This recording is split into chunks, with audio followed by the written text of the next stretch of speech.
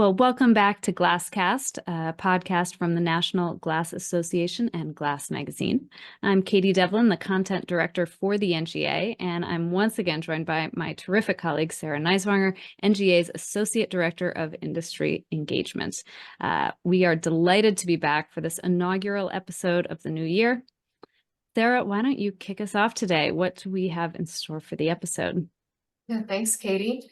Today we have the pleasure of visiting with Ron Crowl, a familiar face to many as a longtime leader in the glass and fenestration industries. Ron is the general manager of window, door, and glass at Cyncly, and he is also the current board chair of the NGA. So hi, Ron, thanks for being with us. Hi, thanks for having me. Great. Well, to set a foundation for our listeners, can you share a bit about your history in the glass and fenestration industries? Wow, Sarah, yeah, I can. That takes me back about 30 years now. Time has gone fast, but about 30 years ago, I was working for an engineering firm, and we were contracted by a local machinery manufacturer to write software for them. And this machinery manufacturer happened to make machinery for the glass industry. So that was the start of my introduction to what's now consumed my professional career. And, after we had finished that project, we started getting other calls from within the industry asking us to develop other applications. So, about 3 years into that of custom software projects, we lifted our heads from the keyboard and realized that there was a real market need in the fenestration industry for technology, that really the industry was being underserved by technology, and we felt there was an opportunity. So at that time, we formed a company called Fenatech, and then spent the next roughly 25 years just growing that business and turned it into an international reputable firm. And in 2021, we sold that business to Cyncly, and I elected to stay around and participate with Cyncly because, after all these years, I still love the business and really enjoy working with all the great people that we have in it. Yeah, Ron, I feel like you are sort of one of the preeminent tech gurus of the glass and fenestration industry. You've, ever since I've joined, you've kind of been at the forefront of that. And I think that connects us right back to GPAD. So, one reason we wanted to chat with you today is we're coming up on the 2024 edition of GPAD, which is Glass Processing Automation Days. This is coming up March 5th through 6th in Nashville. GPAD will be held in conjunction with NGA's Building Envelope Contractors Conference. And this is obviously an event that is very near and dear to you. So can you talk a little bit about the origins of GPAD? This is a conference that you started. I'd like you to talk a bit about that process, what your reasons were for launching the conference, what your initial hopes and dreams were, and have those hopes and dreams become a reality. Sure, yeah. And Katie, the first thing I'd like to say, I'd like to step back just a second and say that anything I've accomplished at Fenatech and in the industry has really been because of the team that we have behind me. The Fenatech team and now the Cyncly team, they've allowed me to step out and get engaged in the industry while they do all the hard day-to-day work. So, I've got to give credit to them. But to answer your question about GPAD, it takes me back to 2011. My former business partner in Fenatech Europe, his name is Horst Mertes, and I were sitting down one evening that had a glass of wine in hand, and might have been a bottle of wine in hand. I can't quite remember, but we were talking, reflecting about all the years we've spent in the industry and all the trade shows that we've gone to. And what we realized, and we knew this at heart, but we never really discussed it, was that the trade shows are absolutely awesome. You go and you see all the latest machinery, you see the latest software, you see the latest components, but there was no forum in the industry that allowed people to get together to talk about how do I integrate all these components, all these machines, and all these islands of automation that are created into an integrated system to create real efficiencies through the shop floor. So, at that time, that's when we decided that, boy, let's put together a real event, and we'll call it, I think maybe we're thinking Microsoft or Apple terms, and we said GPAD, and Glass Processing Automation Days.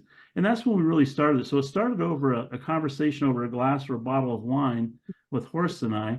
And then we quickly put together the first GPAD event. It was in 2012, and it happened in Cleveland, and it was associated with our Fenatech user conference at the time. And then we started doing it every 2 years, and we went to what we call destination cities around the US, New Orleans, San Antonio, San Diego, and now this year we're back in Nashville. But, as the event grew, and we were probably 6 or 7 events into it, and, I think our team at Fenatech did a great job in putting these together, but I realized that if we want this thing to grow, we have to put it in the hands of people who have a wider audience.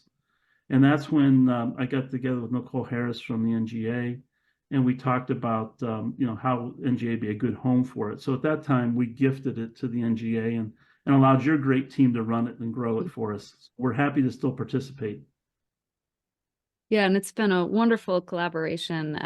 2022's event was the first iteration that NGA put on, working very closely with you and your team to make sure that we could continue to execute that vision and create a successful event for the industry. Yeah, so Ron, let's revisit again, who should be at GPAD? First and foremost, who would you say benefits it more? Like if we're going to do a comparison, would you say suppliers or fabricators? Oh, I think it's a great combination of both. I think that first of all, being in the technology field, what I love to see is forward-thinking companies. People are thinking about not business today, but what's the business going to look like 5 years from now? So we're looking for those that are, from a supplier standpoint, the people that we'd like to see there are those companies that have the interest in not just pushing glass out the door, glass windows out the door, but really creating an infrastructure in their facility to create business to flow much easier than it does today. So we want to integrate machinery with software. We want to eliminate those islands of automation. So again, we're looking for those people at GPAD that are interested in technology and how to improve their business. And that can be, the IT staff. It could be the line managers on the shop floor. It certainly can be the owners of companies that have the long-term vision. And then from the suppliers, Fenatech, Cyncly being one of the suppliers that are participating, we like to see those companies that bring innovative ideas to the show to discuss with the people that are there, and then also be open to how do we integrate that into a complete system in the business. Mm-hmm. So I'm glad you touched on the personnel who should be there. That's one thing we're asked about, and I might ask you even to reiterate it because it was helpful to hear you even mention the IT teams. The people may or may not even be in a buying position, but it's the people who are needing to use it to take it back and share what they've learned as well. Yeah, exactly. I think all good ideas require bubbling up, if you will, in the business to get finally attention. So, so those people that, again, have the technology understanding or interest and understand the value it can bring to the business, whether that be, an IT resource, whether it be a line manager or, some type of management person within the business. I think there's a lot to be learned for everybody as they come to GPAD. Mm-hmm.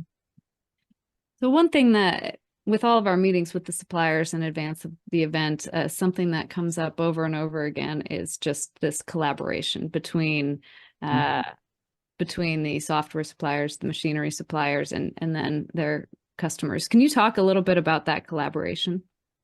Yeah, as machinery's advanced over the last 30 years, or at least I've been in the industry, every year we go to a trade show and we see something brand new. And the level of complexity of these machines are advancing pretty rapidly.